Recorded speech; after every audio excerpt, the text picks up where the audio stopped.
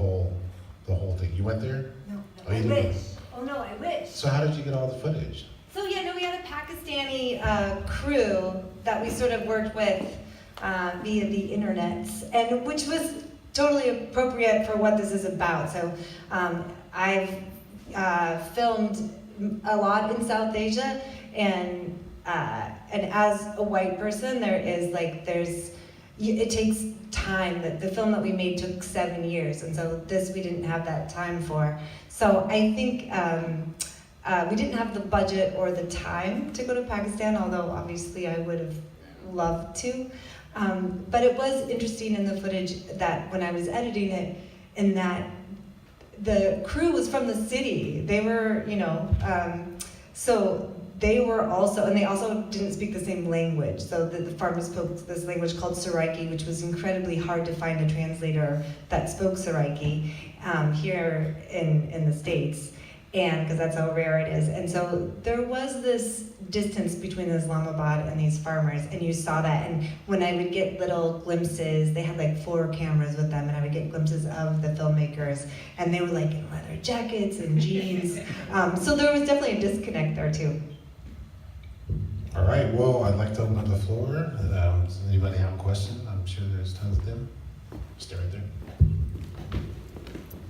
Yes, Amy, thank you. How did the project come into works? How did you come about the project, et cetera? Etc. I actually met Faisal in Malaysia. We were at a festival that actually a lot of you should know about. It's called the Kuala Lumpur Environmental Film Festival, and it actually had a lot of technology in their programming. And I had just arrived, and I sat down, and in these like international film festivals, they always have like lots of ambassadors thanking and talking, and it was like a big opening ceremony. And I was beginning to fall asleep from the jet lag, and so was the guy next to me, and it was Faisal, and he's like, "I need coffee, man. I'm from Seattle." I said, "Me too."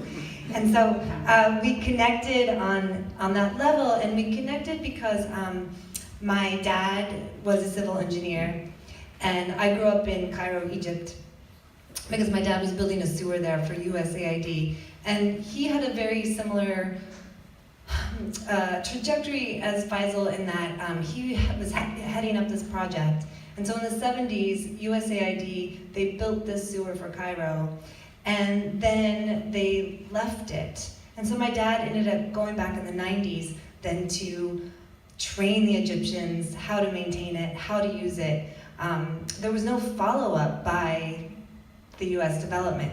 And it really broke my dad's heart, because when he went back, there was still the disconnect. There wasn't that connection with his Egyptian counterparts. The Westerners that were there, they didn't understand that like maybe if they showed up for the wedding of one of the daughters of the guys, that would make a huge difference in the project. Or that instead of working 9 to 5, they took the long lunch break too and showed back up at the office for the night shift, because that's when Egyptians work, is in the wee morning and in the night.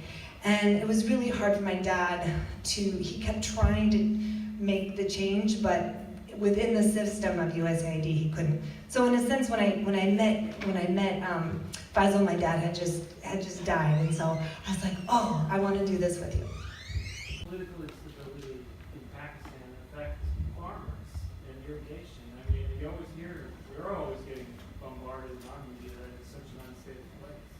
It's a ton. I mean, there's so much. When I got all this footage, I mean, these filmmakers from Islamabad, they took so much footage, and so much of it was so great. It could, of course, as filmmakers know, it could be a whole nother film. Especially the guy in the white turban, Haj, he talked about how terrorists were really damaging their livelihood, and how scary it was. It was such. I feel like that's another film in the sense that like he's Muslim, his kids are Muslim, they go to a Muslim school, but he was like, oh, this terrorism, it's really terrible, it's hurting us. All right. Yes, sir. I saw your hand pop up first. How did you decide what your objectives were, and do you think that you met? Well, the idea was that to really connect how important it is for, well, what Faisal's goal was. He made this for his students. Well, he made it because he wanted to say, hey, I've done this project that's really great. And he made it for his students because he really wants his PhD students to think ahead, not just of what their PhD is going to be about, but how they're going to make it applicable to the people, to the shareholders, he calls them, or to the people that it's going to serve before they even start the project. And he actually advocates that people in research, it's actually their job to be sure that it's implemented. Because right now in the academic world, there's no push to make your research applicable. It's like you can just publish it and it ends up in a library, and that's the goal. I think you edited the film as well, Yes. which is beautifully done. Thank you. And I'm just curious, what was, anything about your process for doing that? With the tiny thing being, how did you deal with all the language? I actually never made a film in English yet. I'm going to start immediately. That does. Yeah, it's not easy, but now that I'm in the rhythm of it, working with translation it's amazing what you can do is when you have transcripts translated and if you really tight time code, and then you can sort of kind of guess where things fit. And then I actually found a Saraiki speaker in Sacramento, and I went to Sacramento, and we sat next to each other in his cell phone / athletic wear shop for many, many hours. And what I love about sitting with translators is all this stuff, it's not just language, it's so much more than language. This brought him, he was like, oh, this reminds me of my father, and this is, he came to tears sometimes about like, oh, this is my country, and here he is in the middle of Sacramento, selling like Oakland gear or whatever the team is. But so it was really, I love working with translators. I do love it. It is really, really. I'm excited to edit something in English. I'm ready to do that. But I do love working with translators because I feel like you do get to enter this world of story and language and nuance. And just your structure,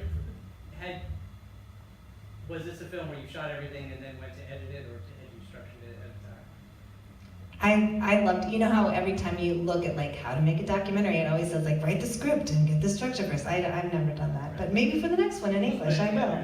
Yeah, because it's like Faisal commissioned it, like the professor commissioned it, and he thought he knew what he wanted, but he wasn't. It is that what do you get, and like what can you create from what you get. All right, one more question? Yes, sir. So, tangentially related, can you talk a bit about coordinating the filming efforts, not being there, and just kind of, presumably you couldn't really micromanage it if you wanted to, and you said they did great work, and it looks like they did, so what was that experience like? We had a few Skype conversations, and we talked. I gave them a big list of like ideals of like what would be the best thing that we could get. And I said, can you get close-ups of hands? Can you get people's faces? I just kept saying like as much as, and I said, can you get women as much as you can? In the end, there wasn't.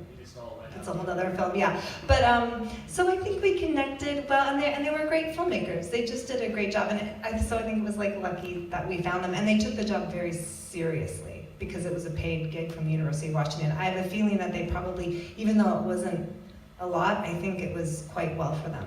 It was a big gig. All right, so that was a great film. Can we give her another hand, please?